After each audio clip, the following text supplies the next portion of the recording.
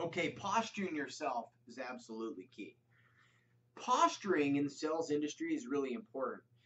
Let me give you an example. You got a two-part close. You got a setter who calls up, and he's not necessarily pitching the program, which is what you're collecting money for, but he's posturing his closer.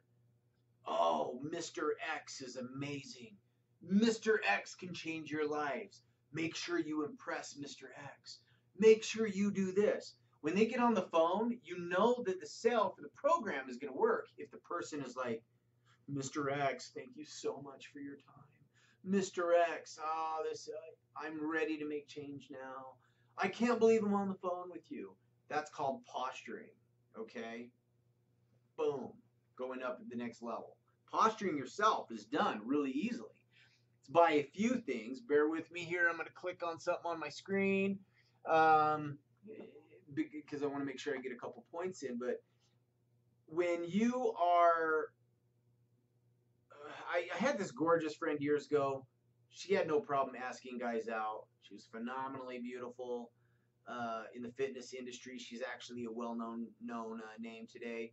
But I used to be kind of tripped out with her because, again, this is an anti-Cosmo statement that I'm making, but girls, you don't ask out men. You just don't do it. Men think a little bit differently. To them, they're like, wow, you're easy. Thank you. So cool. And then you're done. There's no reason to ask. You want to start posturing and getting things going on the right direction. He has to ask you out. Don't, if you think I have to ask him out because otherwise this will never happen, then you messed up way before that period. It's the same thing with sales. If at the end of a sale, the guy says, no, I want to think about it to the closer, it's probably because he got on with the closer and said, yeah, I got 5 minutes. Let's hear your pitch. A good closer will say, we don't have much to talk about. I'm going to shoot you back over to the setter, or whatever they call him, and he's going to go over some things with you again because you're not ready. He goes, oh, of course I'm ready. And he's like, no, you're not, because you make $20,000 a year. I make $200,000 a month. And you think I'm going to pitch you something? No. So it's the same thing. If you're at a party, you can look over at a guy and look away. But if he catches you staring at him and doing all this kind of thing, it's done. We're going to get into posturing about the kind of things that come out of our mouth later, because that's a topic that deserves in and by itself. Okay. And so, another thing here is you just don't want to initiate. You don't want to be doing the things that he should do. Okay. Same thing with going Dutch. I heard this video the other day. It was really interesting because I'm not about Dutch. But this video was debunking Dutch as well. And it was saying that really the person who asks out the other person is the one that should pay. Because after all, they're the one that came up and said, will you go out with me? It doesn't make sense to go on a date and then expect the girl to pay half. If the guy does that, send him to the curb.